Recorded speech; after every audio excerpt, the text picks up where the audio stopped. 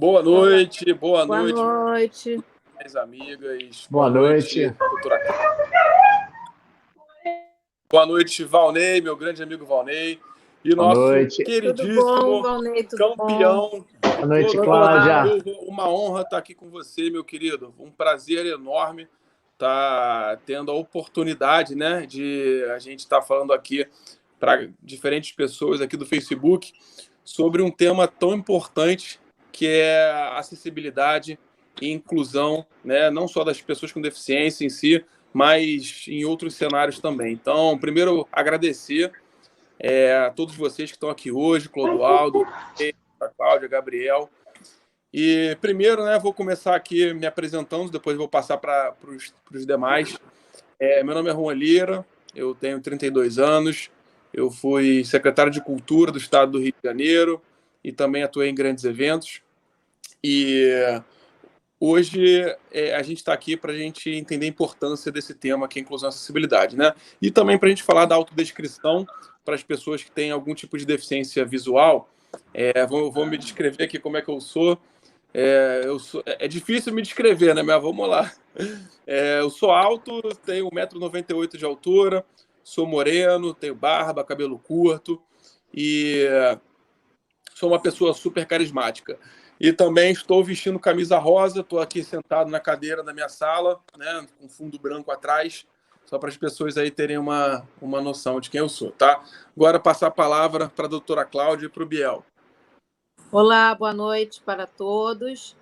Meu nome é Cláudia Valéria Mello, eu sou juíza federal, mas hoje eu estou aqui na condição de mãe desse menino lindo que está aqui, nesse rapaz, né? Porque ele já tem 16 anos, que é o Gabriel, para falar sobre acessibilidade e inclusão, que é um tema ainda que merece ainda bastante comentário, bastante luta para que as garantias que ele aborda sejam realmente efetivadas.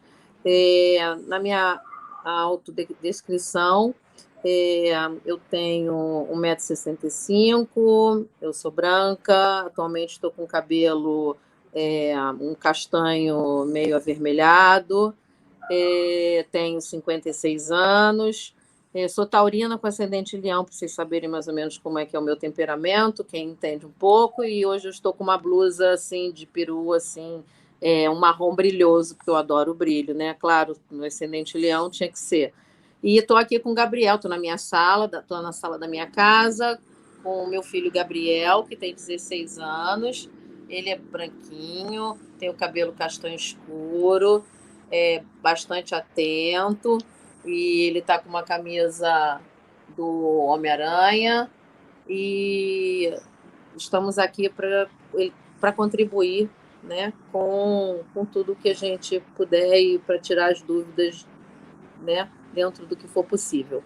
E é uma honra muito grande compartilhar esse momento aqui com meu filho, Juan Lira, e com os meus queridos amigos Valnei Costa e esse campeão Clodoaldo Silva, que dispensa comentários, né, gente? Então, com vocês aí, meus amigos. Vale lembrar também que a doutora Cláudia ela é presidente da Comissão de Acessibilidade do Tribunal Regional Federal aqui do Rio de Janeiro. Então, só para também... É verdade, eu acabei esquecendo. Falei tanto de outras coisas que eu esqueci de falar isso, que é o mais importante. Não, o mais importante é ser mãe do Gabriel. Mas também é importante estar nessa comissão, né? Para a gente fazer a diferença, inclusive, nos tribunais. Bom, agora, meu querido amigo Valnei, se apresenta aí. Bem, vamos lá. Eu sou o Valnei Costa, cadeirante. Espera aí, né? Gente. Valnei, a gente não está escutando o seu microfone. Opa, tá me escutando agora? Oi. Oi? Eu estou ouvindo. Alô? Eu não consigo ouvir o Valnei. Tá me escutando? Alô? Eu estou escutando. Eu não consigo ouvir o Valnei. Vou tentar fazer um teste aí com o microfone do Valnei. Enquanto isso, Clodoaldo, você consegue... Vai, Clodoaldo. Quer ir se apresentando só para a gente testar aqui também o microfone? Clodoaldo. Boa noite, galera. Estão me escutando? Estão me escutando? Sim, te ouço. Eu estou. Então vamos lá, show de bola. Enquanto o Valnei conserta o microfone dele, mas eu estava escutando ele sim, só tu, Juan, que não estava escutando ele. É verdade. Mas muito bom poder estar aqui, né? Falando de acessibilidade, aí o papo é acessibilidade, e fazendo uma autodescrição minha, eu sou um garoto de 41 anos, moreno, acabei de cortar o meu cabelo na máquina zero, eu queria imitar o Valnei, né? O meu sonho é ser tão lindo quanto o Valnei, e aí eu acabei de cortar na máquina zero, então eu estou carequinha, estou usando uma camiseta cinza, atrás de mim tem uma parede esbranquiçada e dá para ver um pouco o teto também. Então esse é o Clodoaldo Silva, que é o filho mais novo de Dona Maria das Neves, e é o filho mais bonito também. É ela que diz isso para mim, né? Então toda mãe mente um pouquinho em relação aos filhos, né? Não, Juan? Mas é muito bom estar com você, Juan, doutora Cláudia, o Valnei, né, um grande amigo meu, para a gente falar de acessibilidade, falar um pouquinho do Clodoaldo Silva, que saiu lá de Natal, no Rio Grande do Norte, nasceu com a paralisia cerebral, falta de oxigenação durante o parto, que afetou os membros inferiores, mas preste atenção, galera, quando eu falo membros inferiores, foram só as pernas, porque eu tenho duas filhinhas lindas, uma de 1 ano e outra de 9. Uma chama Ana e a outra Anitta. E comecei a nadar como fisioterapia, anos depois ganhei o Brasil e o mundo, conquistando muitas medalhas, estando no lugar mais alto do pódio. Pendurei a minha sunga nos Jogos Paralímpicos de 2016, onde acendi a pira dos Jogos, e depois, né, pendurando a minha sunga, eu comecei a carregar muito mais a bandeira da acessibilidade e inclusão, e é tudo isso que a gente vai falar até 8 horas, esse papo de acessibilidade, galera. Muito bacana, Bem, Juan, meu tá me campeão. escutando, Agora tá me vamos escutando ouvir agora? o Valnei. Ô, Valnei, eu ainda não consigo Opa. te escutar, mas vamos fazer o seguinte: você apresenta aí, e aí quando você Ok. acabar de apresentar, faz um sinal de ok para mim, para eu saber Beleza. que... Porque eu não consigo, realmente não está Tá, saindo... mas nós estamos ouvindo, Valnei. Tá ouvindo, Aí, né? quando ele terminar, a gente te avisa, mas... E aí, o que é o Ok. seu microfone? Tá. Bem, vamos lá. Eu sou Valnei Costa, cadeirante, né? Desde os 6 anos de idade. E um lutador, né? Uma pessoa que conseguiu, através do tempo e de muita luta, passar um pouquinho da discriminação que era da época, e nós vamos estar falando isso mais à frente. Minha audiodescrição, eu estou com basicamente careca também, máquina 1 baixa, estou com camisa preta, tem um cavalo e um brasão aqui do Barcelona. O fundo atrás é branco, estou na minha sala, sentadinho aqui na minha cadeira de roda, e pronto aí para esse bate-papo que vai ser incrível, estar hoje aqui com vocês e poder falar um pouquinho de acessibilidade, de inclusão. Até mesmo nos dias de hoje nós sabemos da grande dificuldade de tudo, né? De você superar. E no finalzinho, me lembrem que tem uma surpresa para vocês, que eu fui buscar ainda agora, mas está aqui, guardadinho, para vocês. Então é isso aí, vamos começar. Uhul, gostamos de surpresa. Show, vi que fez o sinal. O Valnei acabou. Show. Ô, Valnei, de repente tentar tirar o microfone, o fone, não sei que... O fone do microfone do computador, que talvez, não sei, pode ser um teste, mas... Vê se tá.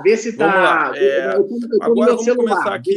Hoje eu estou de anfitrião, né, para dar a voz a essas 3 figuras e personalidades, né, desse Rio de Janeiro, e cada um com papel de protagonismo, né, na luta pela causa da pessoa com deficiência, por mais acessibilidade na nossa cidade e por mais inclusão. A gente que vive na cidade do Rio de Janeiro, em que, infelizmente, a gente vive o aquém do desejado para uma cidade do porte da nossa, né, que é uma grande metrópole, com muitas pessoas com necessidades variadas, e a gente ainda não tem, nem no poder, nem no ambiente público, nem no ambiente privado, as necessidades que a gente deveria ter. Não só em termos de acessibilidade, mas também em termos de participação, inclusão, oportunidades e autonomia para todo cidadão. Então, vou começar aqui pelas mulheres, tá, meus amigos? Só para a gente... Ó, e o Clodoaldo Silva tem um depoimento, ele nem sabe, lógico, mas eu trabalhei nos Jogos Olímpicos da Rio 2016, nos Jogos Paralímpicos também, Clodoaldo. Então, eu vi você Não sabia. Eu vi você botar fogo no parquinho lá no Maracanã. E, pô, como eu gosto de falar, Juan, como eu gosto de falar, eu fui o cara que pus fogo no Maracanã, acendendo a pira dos Jogos Rio 2016. Vamos falar um pouco mais à frente, principalmente daquele momento, e qual foi a mensagem que passou, mas agora vamos realmente dar as palavras, vamos começar pelas mulheres, pelas meninas. Então fala aí, Valnei. Tô brincando, pessoal. Vai lá. Vamos lá, só dar boa noite aqui para a galera que está participando, tá, da nossa live. Tem uma galera aqui, ó, Ludmila Araújo, Márcio Azevedo, Wanderson lá do Jacarezinho, Felipe Batista, Luiz Otávio lá do Merck, Gláucia, Arthur, Valéria, Joyce, Kátia Cruz, Andréia, Felipe Viana, só para dar uma boa noite para a galera. Agora, doutora Cláudia, fala um pouquinho aí da sua experiência, né, não só de vida, como mãe do Gabriel, que por acaso é meu irmão, e falar um pouco o que você encontrou de desafio ao longo desses anos e quais as oportunidades que a gente enxerga assim pela frente, né? A gente que tem uma lei brasileira da inclusão que é muito positiva, mas infelizmente ela não é aplicada na sua maioria em diversos aspectos. Então, eu queria que você comentasse um pouco sobre isso, não só sobre a LBI, né? Fizesse um resumo e falasse dos seus desafios nesses anos todos que você vem militando nessa causa. Bem, eu comecei a militar nessa causa há 16 anos, quando o Gabriel nasceu. Ele teve uma paralisia cerebral intrauterina por causa desconhecida, o que não é muito comum. E, em razão dessa paralisia cerebral, e para quem não sabe, a paralisia cerebral não é uma doença, né? A paralisia cerebral é um acidente que acontece, normalmente na hora do parto, mas pode acontecer também antes do parto, e é pontual, ela causa uma lesão cerebral. Essa lesão cerebral, ela pode ensejar qualquer tipo de sequela. Meu filho, ele ficou tetraparético, que significa dizer que ele possui movimentos involuntários, ele mexe, o corpo dele se mexe todo, diferentemente do tetraplégico, que não consegue mover, né, o corpo não se move, ele não tem nenhum dos dois movimentos, nem voluntário nem involuntário. O tetraparético, ele tem movimentos involuntários, o corpo se mexe, mas ele não tem a voluntariedade do movimento. Por exemplo, se ele quiser pegar, o cérebro dele pensar, eu quero pegar uma caneta, ele não consegue fazer este movimento de pegar um objeto, porque ele não completa as sinapses suficientes para este movimento motor. Ou seja, a sequela dele motora é muito grande, diferentemente do nosso amigo aí, Clodoaldo, que ficou paraplégico, né? Como ele falou, apenas a paralisia dos membros inferiores. Nem todos, como ele também já disse, né? Mas, assim, brincadeiras à parte. E o Gabriel também ficou microcefálico, né? A cabecinha dele é menor do que o tamanho normal da idade dele. E o que nós chamamos isso? Uma deficiência múltipla, porque a deficiência ela pode ser motora, sensorial e mental. Tá? Hoje, inclusive, eu falo mental porque hoje, pela Organização Mundial de Saúde, não se divide mais deficiência intelectual e mental. A deficiência intelectual está dentro da deficiência mental. Então, toda deficiência de cognitivo, seja ela de natureza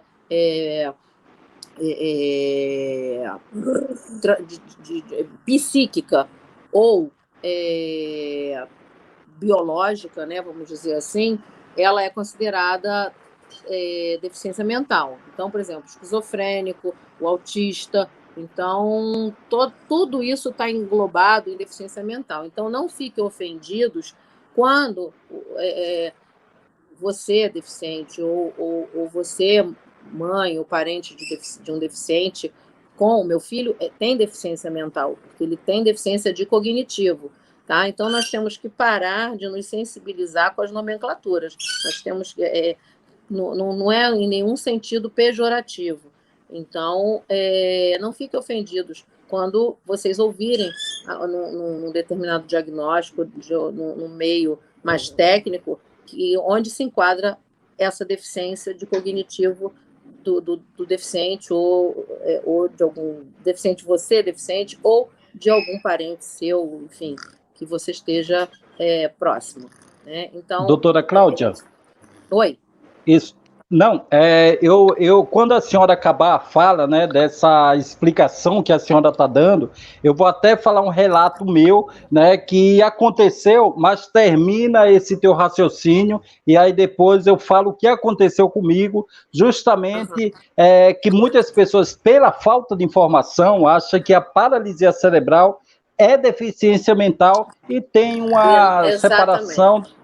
Pode falar, continua, e depois eu falo esse meu relato. A deficiência mental é uma questão pontual, é um acidente que acontece no cérebro e lesiona uma parte do cérebro. E dependendo da parte do cérebro que ela lesionar, ela vai afetar ou a parte motor, ou a parte dos sentidos, ou a parte cognitiva. Né? Então, é assim que funciona. E, a partir disso, nós vamos cuidar, né, do deficiente da maneira melhor possível. Enfim, então, voltando ao Gabriel, há 16 anos, né, quando ele nasceu muito bem, nós só descobrimos que ele era deficiente quando ele tinha 2 meses de idade, por acaso, porque ele tinha todos os reflexos, o apigar dele ao nascer foi de 9,10, ele não apresentava aparentemente, ele não apresentava nada que nos pudesse levar a esse diagnóstico, sobretudo porque é meu 4º filho, então, realmente, eu teria percebido. Mas não, a gente só descobriu depois por acaso. Enfim, e a partir disso, o que eu procurei fazer da minha vida? Né? Eu não podia mudar o passado, mas eu posso dar um futuro, um presente e um futuro para o meu filho digno da maneira que ele merece. E foi daí, então, que eu comecei a viver nesse mundo, porque uma coisa é a gente ouvir dizer, outra coisa é a gente viver a realidade. Né? E fui ficando cada vez mais perplexa, porque, graças a Deus, a gente consegue proporcionar para o Gabriel todas as coisas que ele precisa e merece. Mas não é assim para todos. Então, infelizmente, no Brasil, eu não digo nem só no Rio de Janeiro, mas no Brasil, é um país ainda que deixa muito a desejar nessa parte de acessibilidade e inclusão, começando pela pior barreira, que é a barreira atitudinal, ou seja, o comportamento humano. As pessoas não sabem lidar com o deficiente, as pessoas são ignorantes em matéria de deficiência. E como a ignorância leva ao preconceito, né, os deficientes ainda sofrem bastante preconceito por parte da sociedade. Então, isso em qualquer área, em qualquer segmento, em qualquer idade, e não sou eu que só vivi isso, mas todos os deficientes praticamente que eu conheço já sofreram algum tipo de preconceito, porque as pessoas não têm esclarecimento do que vem a ser deficiência. E isso leva também à falta de educação no trato com o deficiente. Então, em 2006, o Brasil foi signatário da Convenção Internacional dos Direitos da Pessoa com Deficiência. A partir do ingresso do Brasil como signatário dessa convenção, em 2009, ela foi ratificada, porque um tratado internacional, para ele valer dentro do território nacional, ele tem que ser ratificado. Não basta que o país tenha só assinado esse tratado. Por exemplo, os Estados Unidos assinou o tratado, mas não ratificou. Então, ele não é lei dentro dos Estados Unidos. Ou seja, eles podem descumprir o que eles assinaram. Ao contrário do Brasil. O Brasil ratificou o tratado e mais do que isso, foi o primeiro e único tratado, tá, ratificado pelo Decreto 6.009, porém, com status de Constituição, porque ele foi aprovado com quórum qualificado, quórum de emenda. Então, isso significa dizer que ele vale tanto quanto a nossa Constituição Federal. Então, o Brasil ele é obrigado a acatar todas as orientações e todas as determinações que existem na Convenção. Paralelamente e consequentemente, em 2015, finalmente saiu o que a gente chama de Estatuto da Pessoa com Deficiência, que é a Lei Brasileira de Inclusão, a Lei 13.146 de 2015, promulgada em julho de 2015, mas que passou a vigir tão somente em janeiro de 2016. Ela basicamente traz no seu texto, em sua maioria na maioria do seu texto, as mesmas normas que dispõe a Convenção. Porém, com algumas peculiaridades adaptadas à nossa legislação, claro. Só que esse compêndio, na verdade, essa lei já vem também trazendo todas as legislações que estavam na pauta do Congresso a respeito dos direitos da pessoa com deficiência.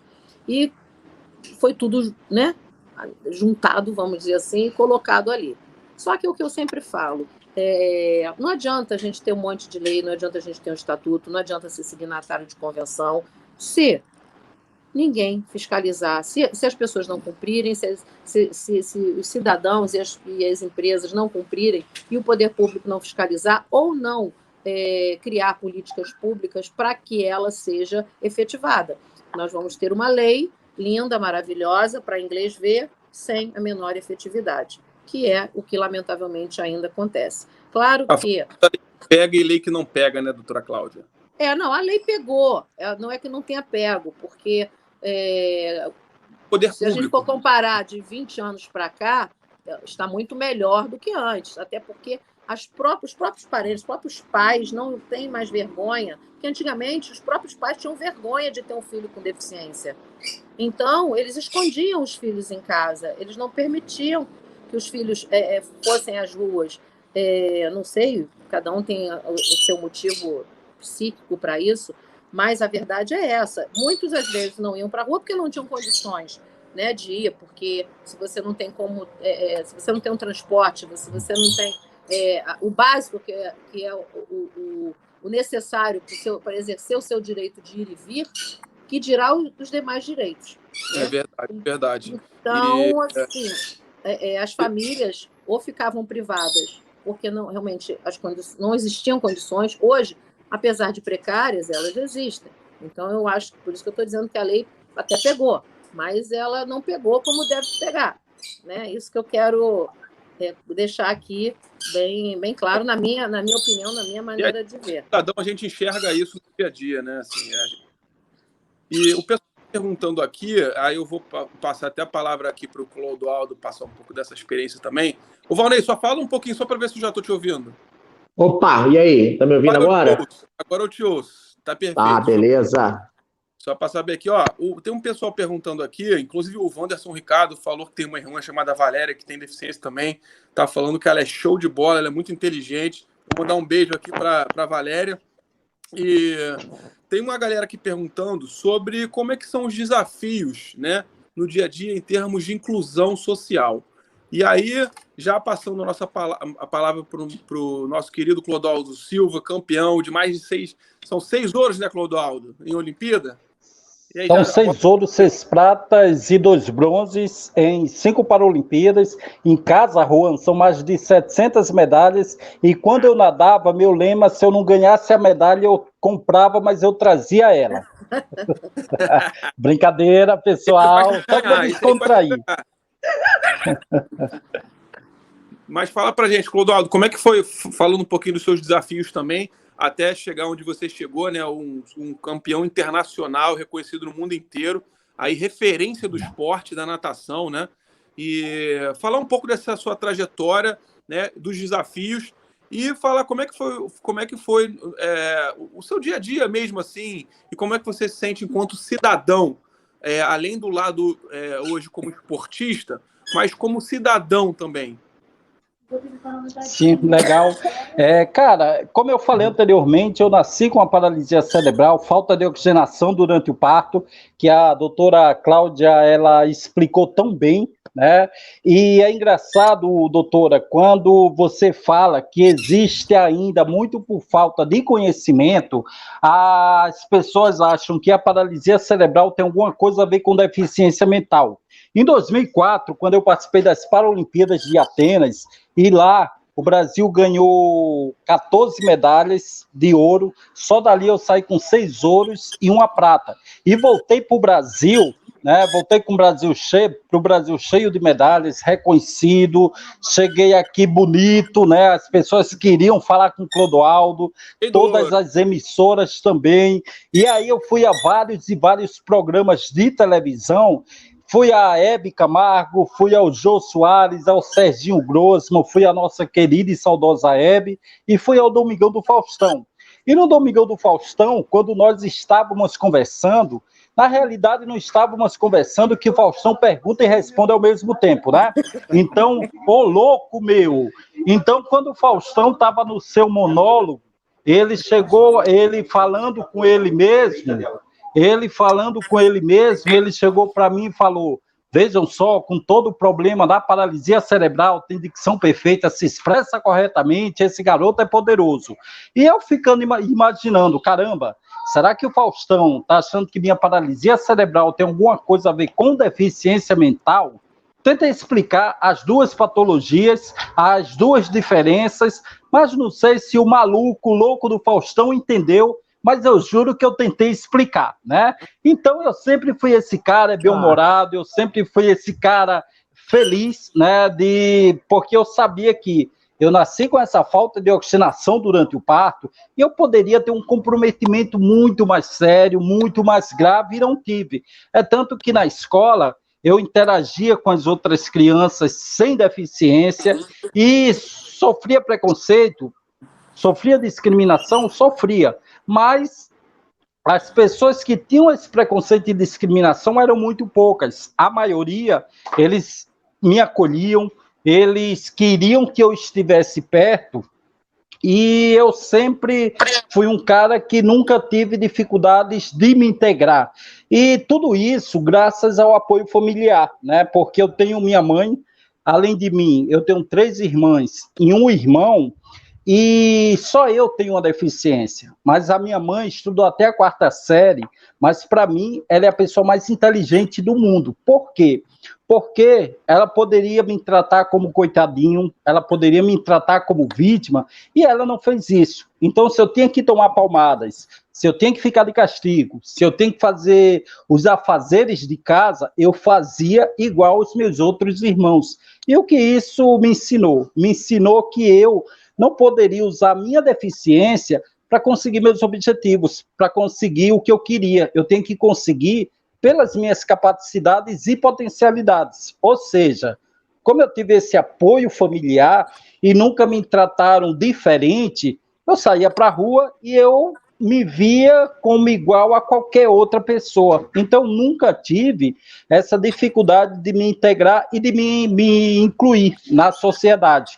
E por causa das cirurgias, por causa da paralisia cerebral, eu tive que fazer várias cirurgias, e a minha última foi aos 16 anos de idade. E ali, o meu médico recomendou a natação, eu comecei a fazer a natação como fisioterapia, e anos depois comecei a ganhar medalhas no Brasil e no mundo, que mais à frente a gente pode falar dessas conquistas. Podemos também falar do Rio 2016 e quando eu pus fogo no Maracanã. Juan? Perfeito. Olha, gente, lembrando que fogo aqui é no bom sentido, tá? Foi só para acender a tocha olímpica. Sei que a gente está vivendo um momento aí de queimadas na Amazônia, no Pantanal. Então, só para falar que esse fogo aqui é um fogo positivo da tocha olímpica, só para ninguém criar intrigas na nossa live. Então, só para amigos vocês. Agora, tem muita gente perguntando aqui também, ó, mandar um abraço aqui para o seu José Eustáquio, o presidente da PAI Rio, que está fazendo uma excelente gestão frente à PAI, lutando aí para conseguir fazer uma gestão diferenciada. Então, seu Eustáquio, um grande abraço. A Marta Gontijo perguntando aqui, o Clodoaldo falou, né, o que motivou ele a enfrentar os desafios. Eu acho que a parte familiar teve muita coisa a ver com isso. A Lu Rufino mandando um abraço. Lu, um beijo aqui, mandando um beijo para o Valnei, para o Clodoaldo, para a doutora Cláudia. E, Valnei, agora que eu consigo te escutar, cara, você que esteve à frente, né, de uma secretaria de pessoas com deficiência lá em Nova Iguaçu, por exemplo, fala um pouco para a gente os desafios no setor público, que é um setor assim, fundamental em termos de políticas públicas. Quais são os maiores desafios que você encontrou para poder executar as suas ideias, os seus projetos, e também, logo, para você falar também o seu desafio pessoal hoje, nessa trajetória, né? Você que é um cara referência no setor público, né? É um campeão no setor público, né? O Clodoaldo do setor esportivo, a doutora Cláudia do judiciário, e, cara, cada um na sua área de atuação aqui. Então, fala um pouco dos seus desafios pessoais e também um pouco do que você enxerga hoje de desafio no setor público.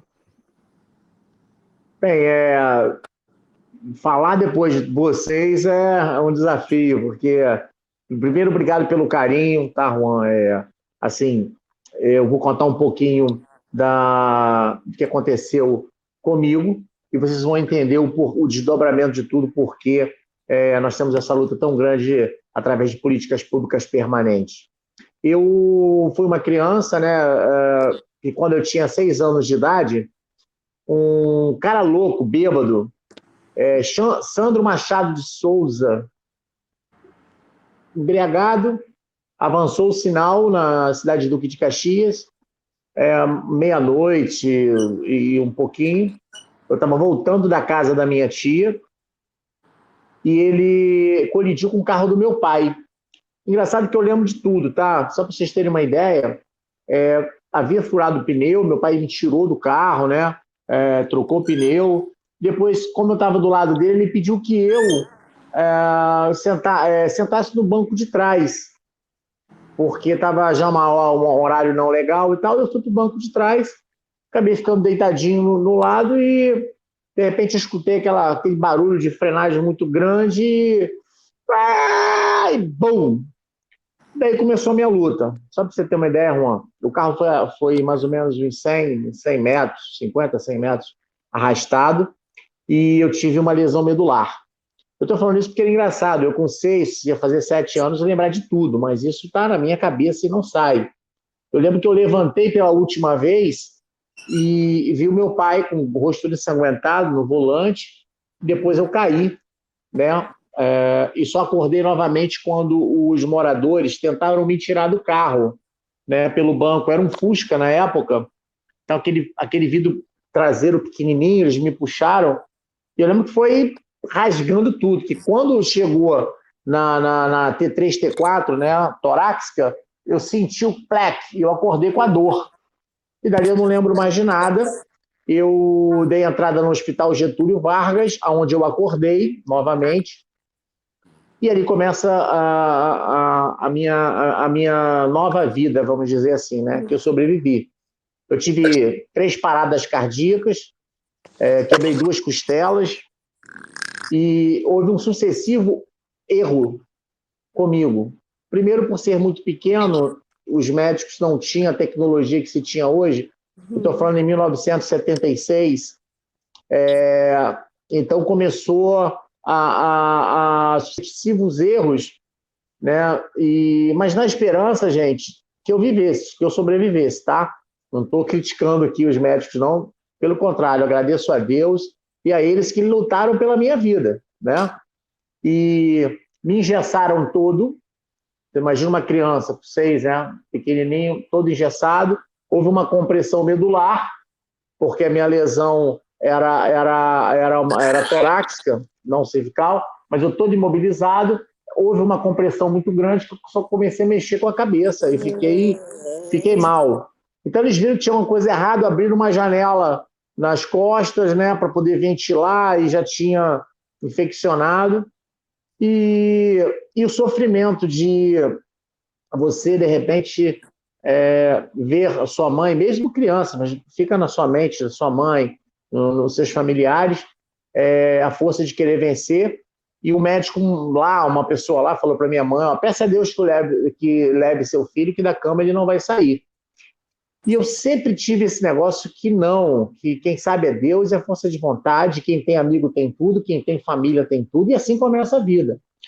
Então, nessa brincadeira, né, vamos dizer assim, nessa peça que a vida empregou, um dos maiores erros foi a tração que eles fizeram, né, que foi botar os ganchos na cabeça para tentar puxar a coluna, porque não estava legal.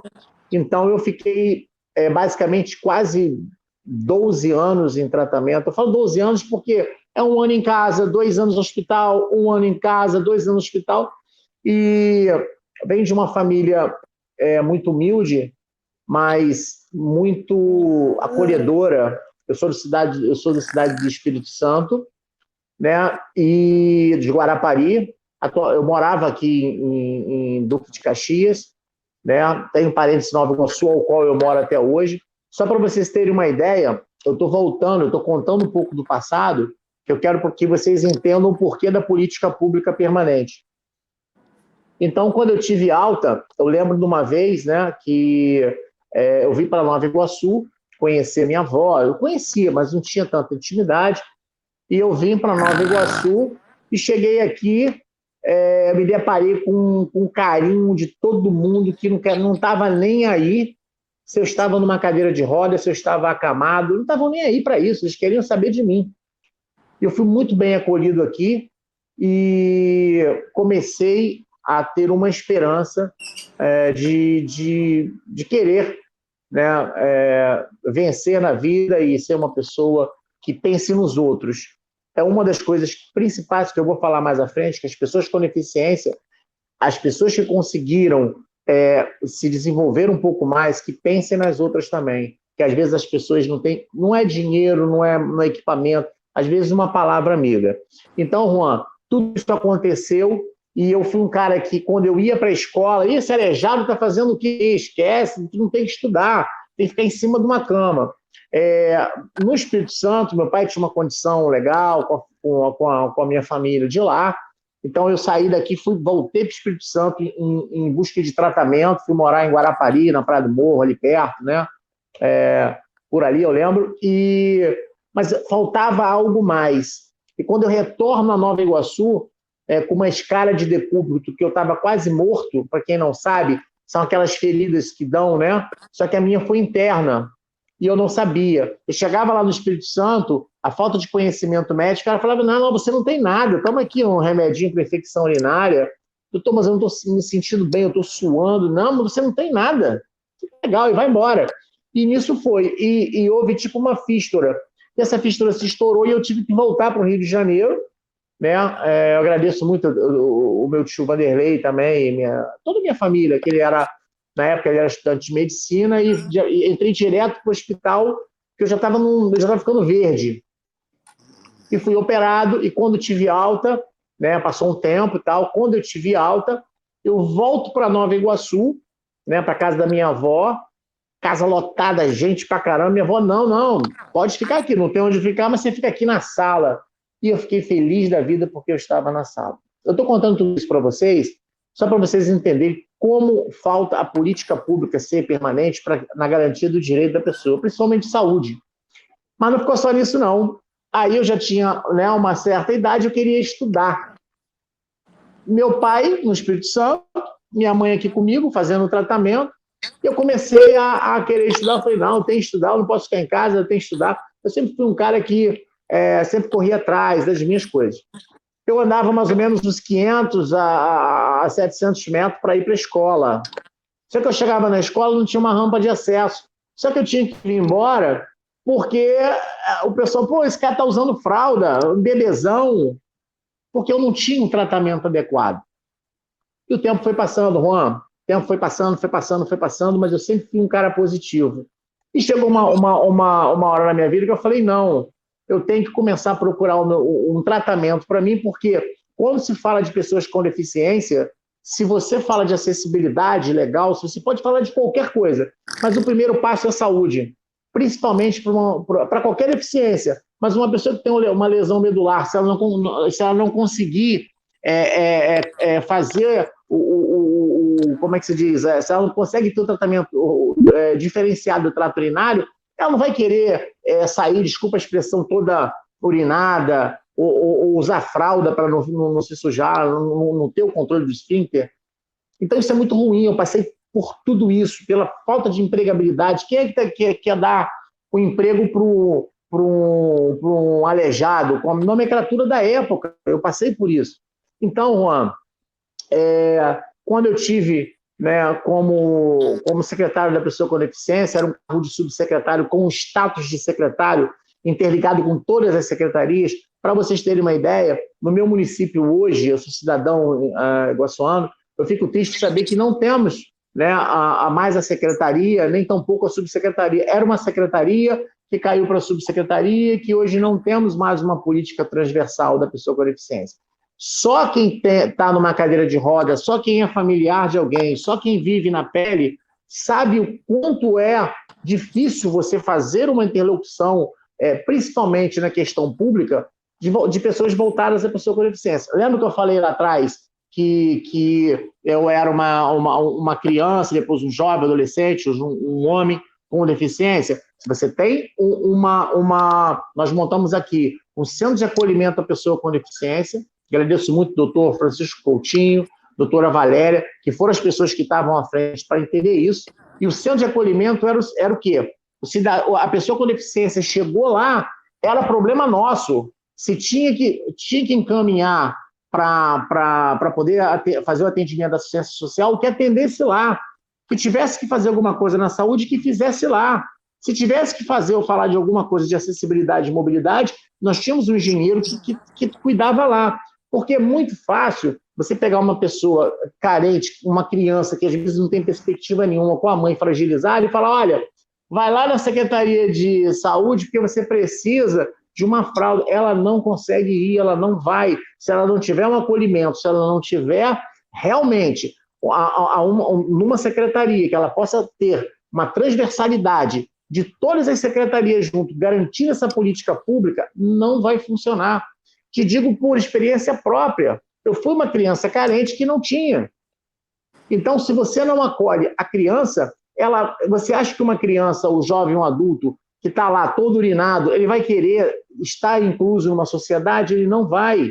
Agora, eu te garanto que se ele começa a fazer esse tratamento e ele começa a querer viver, e a família realmente é o principal de tudo, eu te garanto, Juan, que esse cidadão ele vai ser incluído completamente e ele vai pensar e também ajudar aqueles que não conseguiram chegar.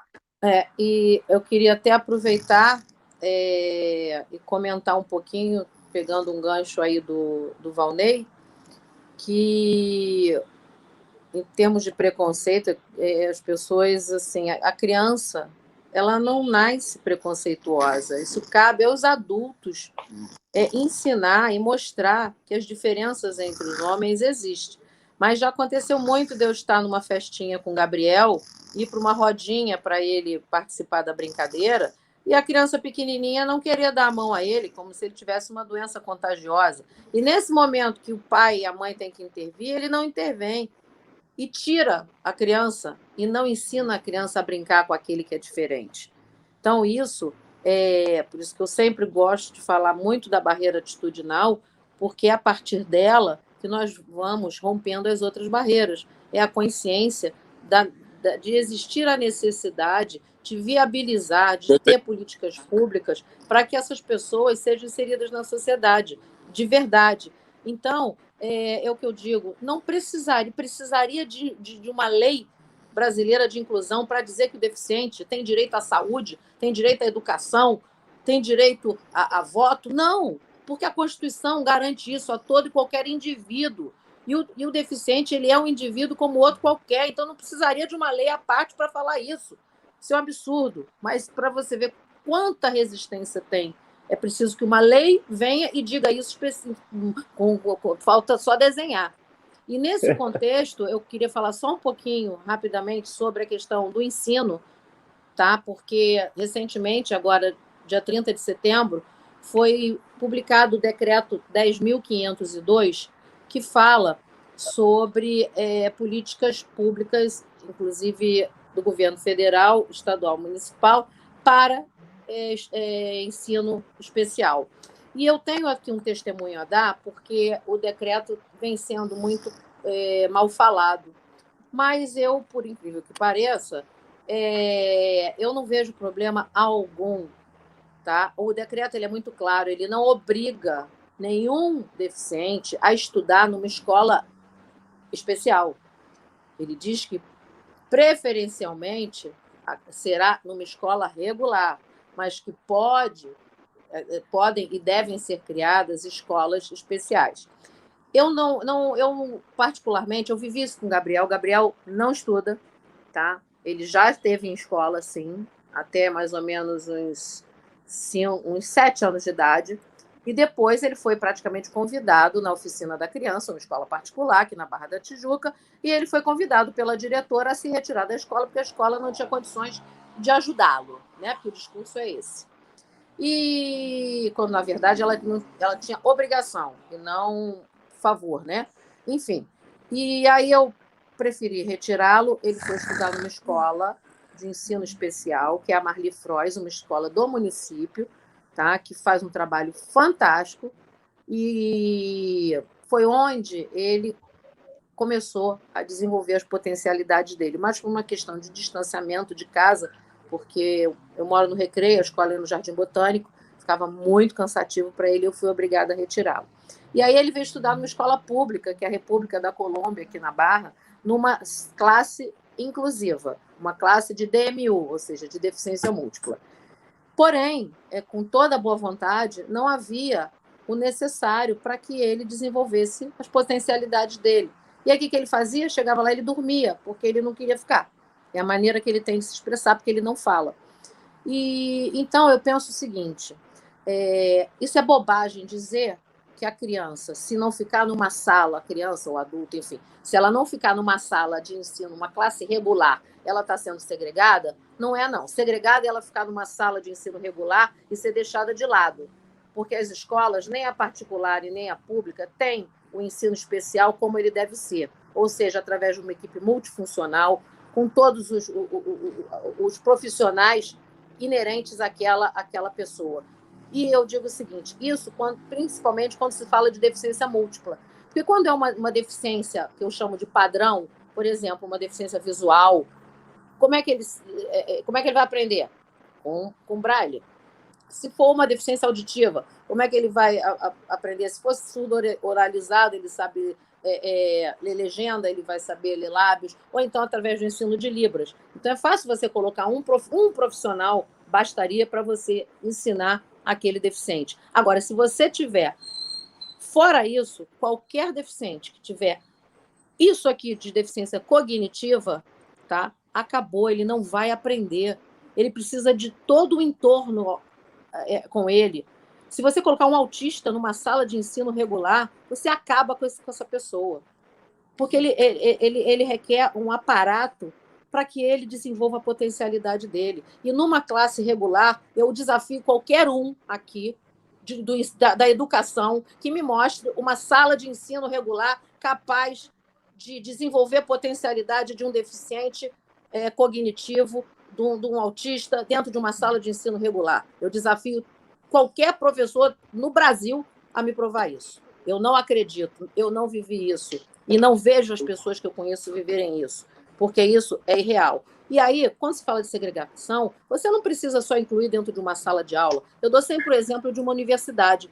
As universidades, você vai fazer medicina, você vai para uma sala. Você vai fazer direito, você vai para outra sala. Você vai fazer educação física, você vai para outra sala. Você vai fazer engenharia, você vai para outra sala. Cada um dentro da sua especialidade. E como é que essas pessoas se incluem, se socializam?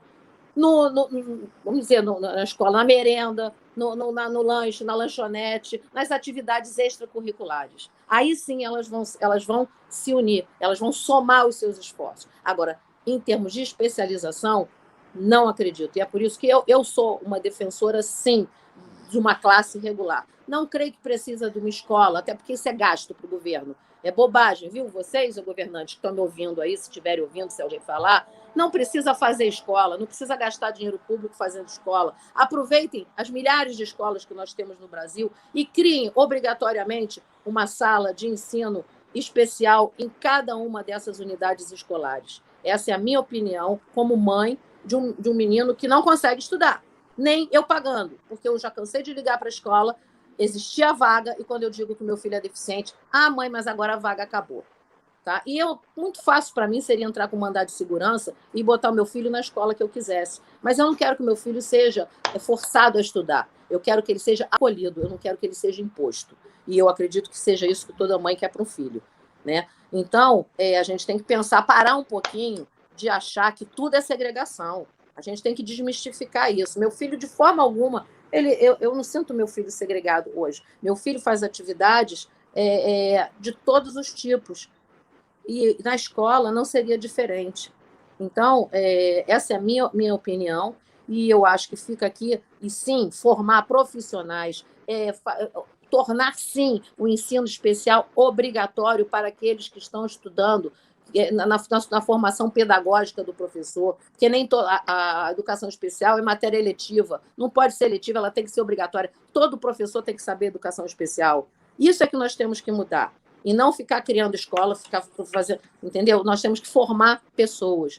É que nem Libras, ninguém quer aprender Libras. É a língua oficial do país, é a segunda língua oficial do Brasil. Mas ninguém aprende. Por quê? Não precisa.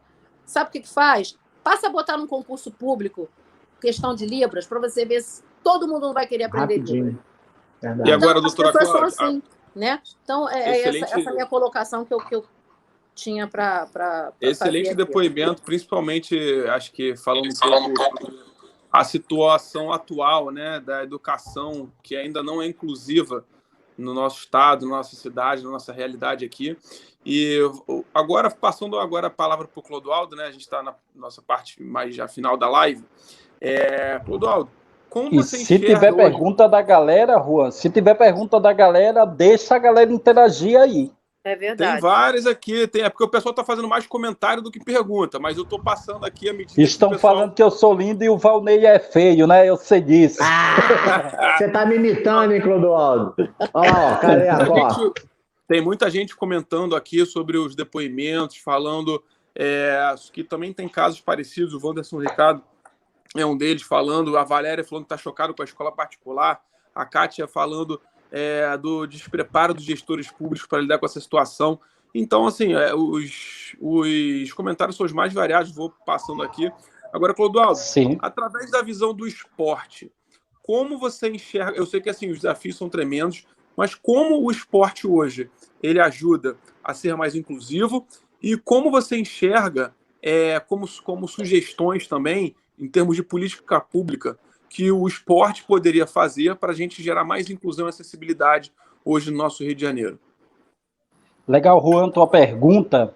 E claro que a nossa militância do segmento da pessoa com deficiência já vem há muitos anos brigando no bom sentido da palavra para que as leis possam ser cumpridas. Porque o nosso país, se formos comparar a nível mundial, o Brasil é o país que tem mais leis voltadas para pessoas com deficiência. E muitos me perguntam, Clodoaldo, o que ainda precisa de leis para que a pessoa com deficiência possa ter a sua cidadania?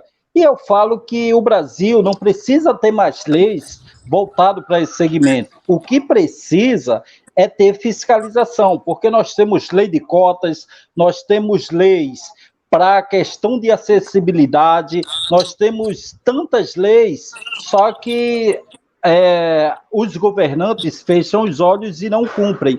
Não só os governantes, mas os estabelecimentos privados também.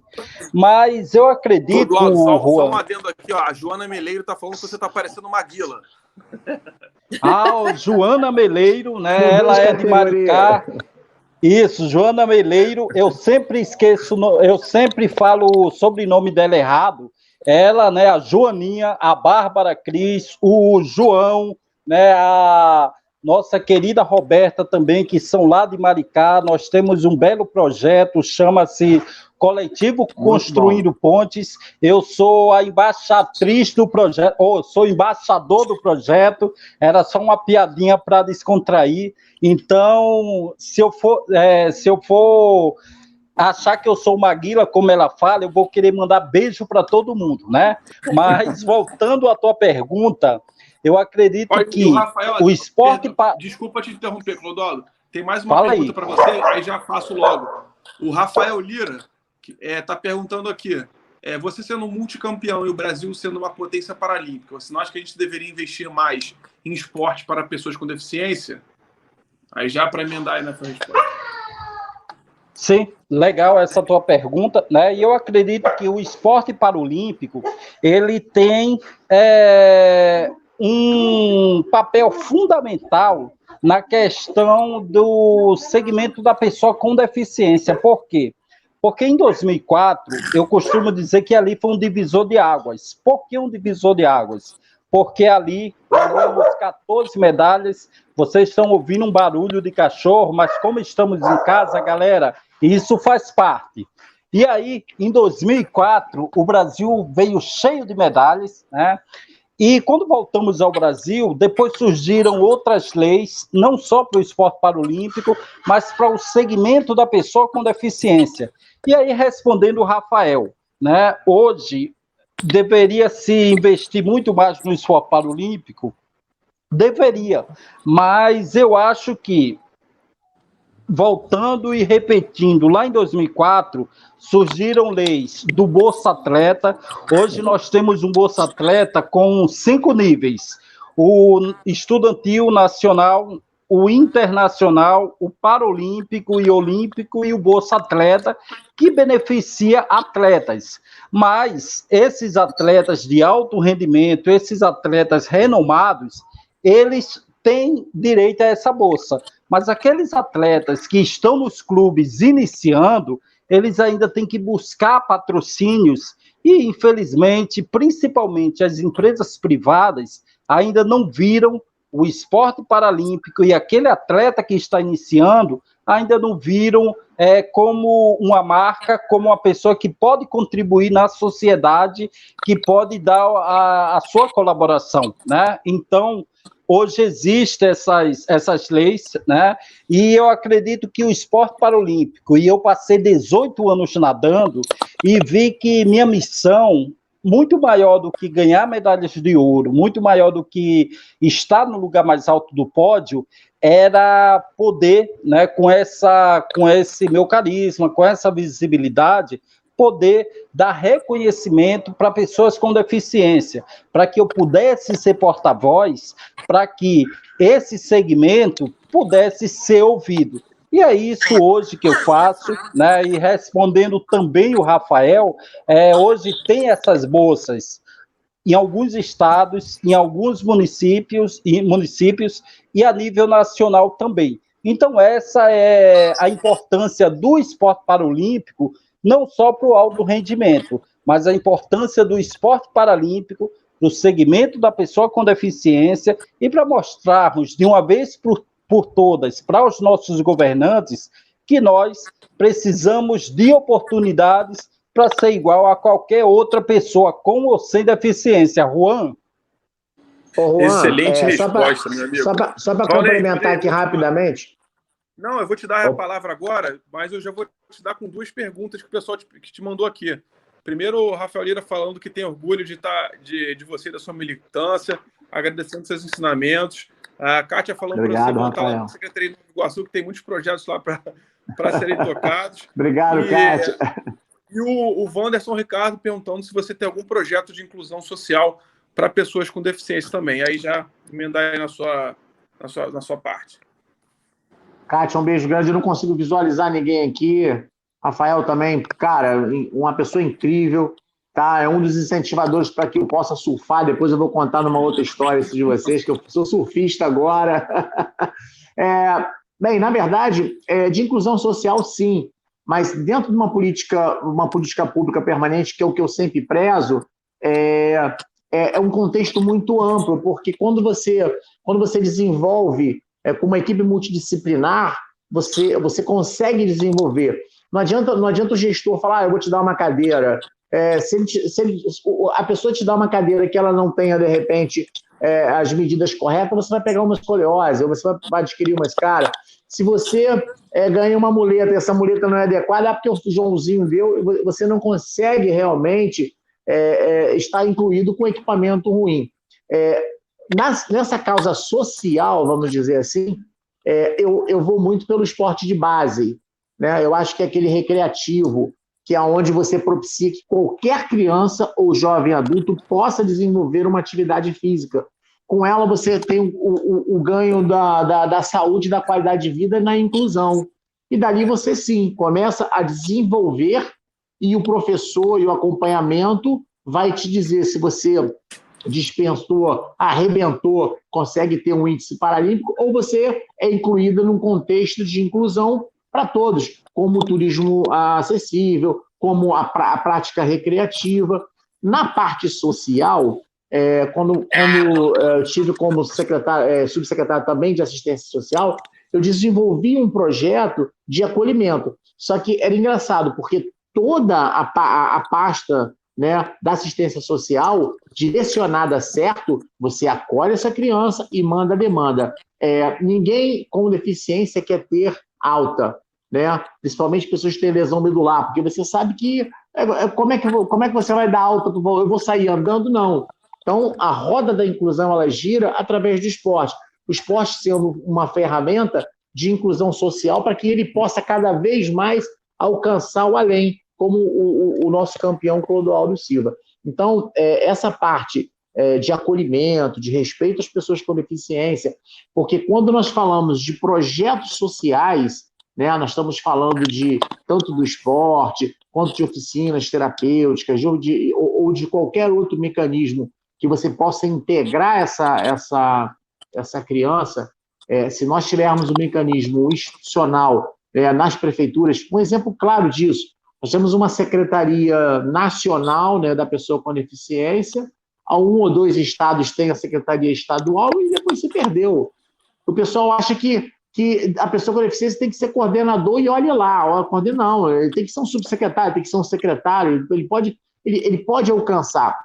Diferentemente, na minha época, quando eu te falei, em 1976, né, nós éramos vistos como aleijados, que tínhamos que ficar em cima de uma cama, mongoloides. Então, assim, nós estamos falando hoje na atual conjuntura que a pessoa com deficiência tem dignidade e respeito. A doutora Cláudia mesmo falou, cara, é leis demais, você tem toda a parte de inclusão. Quando você tem uma ferramenta no seu município, que você olhe para todos, principalmente resgatando essas pessoas que estão no limbo, que acham, para que eu vou viver? Eu quebrei a coluna hoje, eu tomei um tiro, eu quero viver para quê? Então, Saiu seu microfone. Saiu. Voltou? Não, então, como eu estava falando, nesse momento, que é o momento que você vê que a inclusão, né, ela realmente faz sentido. Quando você vê pessoas com deficiência, que têm um engajamento, que sabem da causa, conseguem afunilar tudo isso e fazer aquela pessoa um cidadão, que realmente é o que importa para a pessoa com deficiência. Principalmente para aquela pessoa que vem com uma deficiência ou adquire uma deficiência e acha que a vida não tem mais sentido ou que quer morrer. Verdade. Isso é excelente depoimento, Valnei.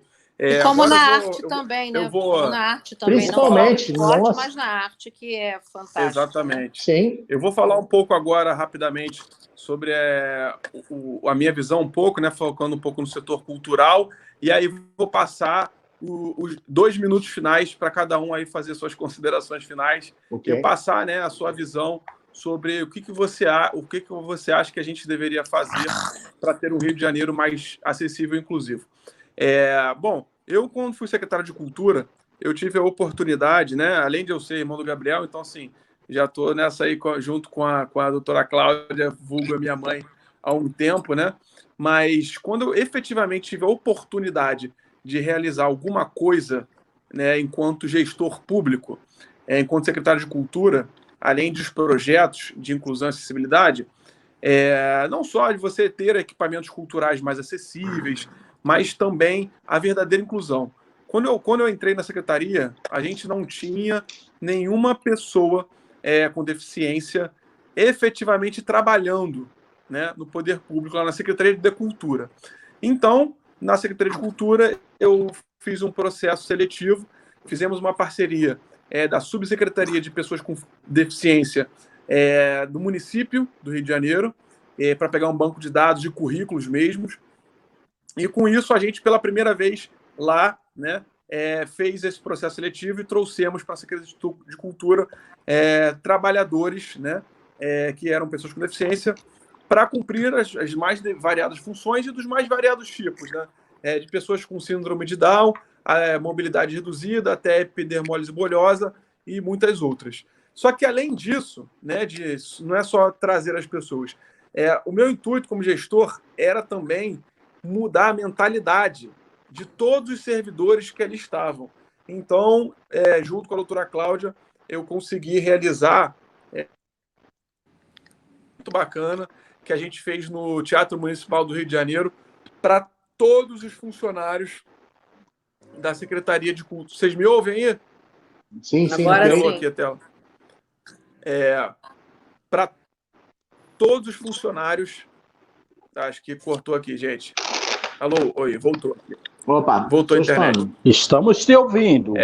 E a gente fez um treinamento de inclusão para todos os funcionários. Não foi o treinamento para as pessoas com deficiência, a gente fez os treinamentos para os servidores, para que eles entendessem, né, e estivessem mais preparados para a gente trabalhar essa causa da inclusão no dia a dia, como algo rotineiro.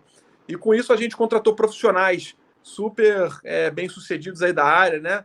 Procuradores, médicos, enfim. A doutora Cláudia foi lá também dar uma palestra e foi super produtivo. Hoje a gente tem, por exemplo, tem funcionários lá da cultura, que o Vinícius, por exemplo, que tem síndrome de Down, hoje ele tem potencialidades melhores desenvolvidas porque ele está trabalhando. Então, para a gente entender a importância de dar oportunidade para se gerar autonomia na vida das pessoas. Então, esse é o depoimento que eu posso dar enquanto gestor, né? E como independente da sua área de atuação, você pode contribuir, sim, para dar mais acessibilidade e inclusão no Rio de Janeiro. E eu acredito, já falando das minhas considerações finais, né, e agradecendo a presença de todos vocês aí, só fera braba, que a gente pode ter uma cidade mais acessível, mais inclusiva, dando estímulos também. Eu acredito que não é só a lei, a mudança tem que estar na consciência do cidadão. Mas a gente também pode, né, por exemplo, em relação à acessibilidade a equipamentos culturais, as pessoas não querem só saúde e educação. As pessoas querem saúde, educação, esporte, cultura, né, lazer, elas querem de tudo. E tem esse direito como qualquer outro cidadão. Então, por que não a gente, por exemplo, quantos estabelecimentos comerciais, né, casas de shows hoje, infelizmente ainda não são acessíveis, e aí a pessoa ela não pode frequentar determinado tipo de estabelecimento, porque para ela não vai ter condições de aproveitar aquilo do modo que ela gostaria ou deveria. Então, ela vai ficar sempre indo em um estabelecimento.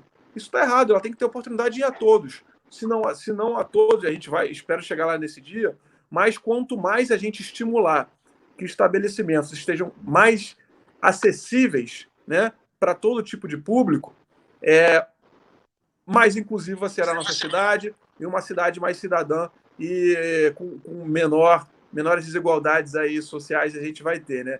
E desigualdades inclusivas. Então, por exemplo, por que não a gente ter um selo de acessibilidade, por exemplo, para estabelecimentos, né, culturais ou comerciais que possam estar aptos a receber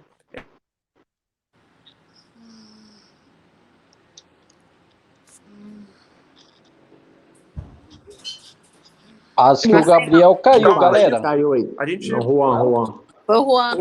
O Juan. Porque a gente não tem estabelecimentos. E aí, só finalizando aqui, então assim, a gente tem que pensar em políticas públicas que estimulem, né, na prática. Não é só ficar no discurso ou ficar somente na lei, é fazer mesmo.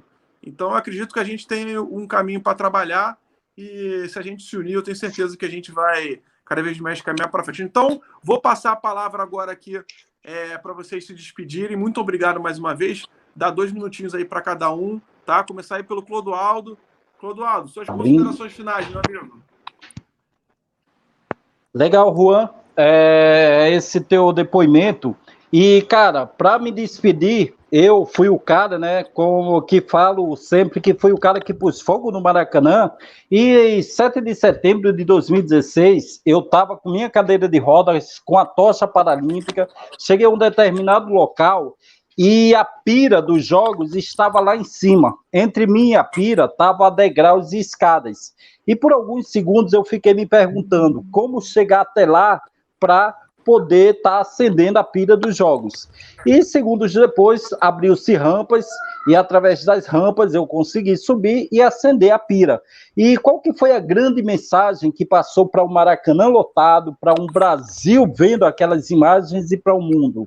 Que pode haver escadas, pode haver degraus? Podem, mas se houver uma rampa, todo mundo chega no mesmo lugar. Ou seja, a lei já está aí. Tem que haver fiscalização, temos que ter acessibilidade com autonomia e independência.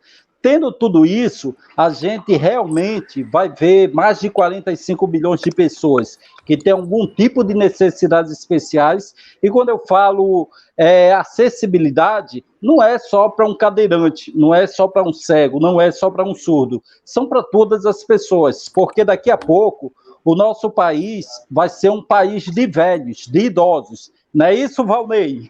Então, vão precisar de acessibilidade. Uma mulher com um carrinho de bebê que não vai conseguir entrar numa porta, uma cadeira de rodas também não. Até, né, nós homens gostamos de uma mulher linda, maravilhosa, aí de salto alto. Até a mulher linda, maravilhosa, de salto alto, ela precisa de acessibilidade. Ou seja, acessibilidade é para todos, para que aí sim a gente possa ter um país de primeiro mundo nesse quesito. Obrigado, Juan. Obrigado, Cláudia. Um beijão para você, Gabriel. E para o meu grande amigo Valnei Costa. Nós somos uma dupla dinâmica, eu e o Valnei. Mas eu falei que nessa dupla dinâmica, eu sempre vou ser o Batman e ele o Robin. Né? Depois ele vai me dar a réplica. Mas obrigado pela oportunidade, estou à disposição e até a próxima, galera. Muito obrigado, meu campeão. Valnei, com você. Agradecer, Juan. O seu depoimento foi maravilhoso, foi fantástico. Eu lembro que quando você esteve à frente lá, realmente desenvolveu essa política voltada à inclusão. Eu lembro que teve o circo que foi as pessoas com deficiência... Circo de Soleil. De Soleil, fantástico a oportunidade que você deu de pessoas com deficiências estarem lá, tá? Eu presenciei isso. Então, isso é muito importante. Eu acho que a responsabilidade social, principalmente na questão da pessoa com deficiência, é uma coisa que tem que ser pensada diariamente, né? Não adianta ter tantas leis e na hora você não conseguir avançar porque a atitude da pessoa que acha que, não, isso aí é um aleijado, isso aí não precisa, às vezes, ter essa oportunidade. Bem, doutora Cláudia, sou seu fã, sabe disso, muito, muito meu, um beijo para o Gabriel também. Clodoaldo não precisa nem falar, é uma figura, é o Robin, né? Mas eu só queria, antes de terminar, dizer o seguinte, eu não consegui visualizar quem está nos assistindo, porque eu estou até no meu telefone aqui, não sei mexer direito, mas um beijo para todos. Eu sei que Maricá tem um trabalho muito legal construindo pontes.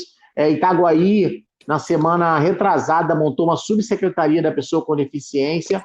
É um município que tem 100 mil habitantes, que passou, Nova Iguaçu com quase 1 milhão ou 1 milhão de habitantes, não tem nada voltado à pessoa com deficiência, né? Então, assim, é uma coisa para se atentar e contem comigo no que for da inclusão, o que eu puder ajudar. A nossa mensagem sempre fica essa, a inclusão para todos e a contribuição de cada um para que possa somar, né, e a gente possa quebrar esse tabu, essa barreira e ajudar as pessoas que realmente precisam. Excelente, Valnei, depoimento, meu querido. Parabéns aí pela sua luta também. Obrigado.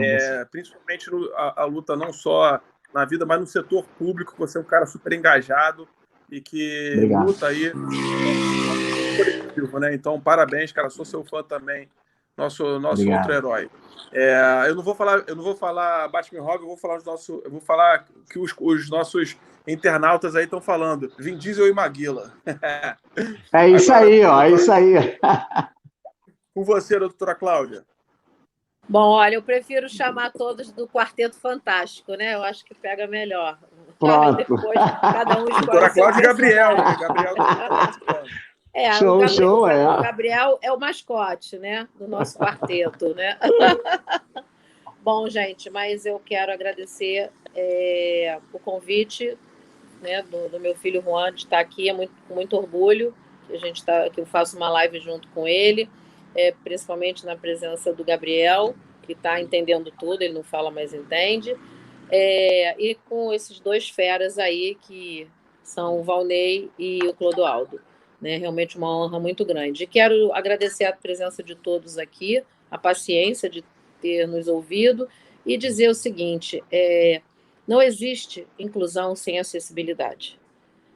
E para que isso aconteça, é preciso que nós nos engajemos na causa, porque é uma responsabilidade de todos nós. Nós temos que exigir o direito de cada um e garantir que esses direitos sejam cumpridos. Ser diferente é normal, ser deficiente deficiência não é uma doença. E a gente tem que aprender a diferenciar o comum do normal. Comum é uma coisa, é o que a gente vê na sua maioria das vezes, mas normal, todos nós somos normais dentro das nossas características. Ser deficiente é uma característica.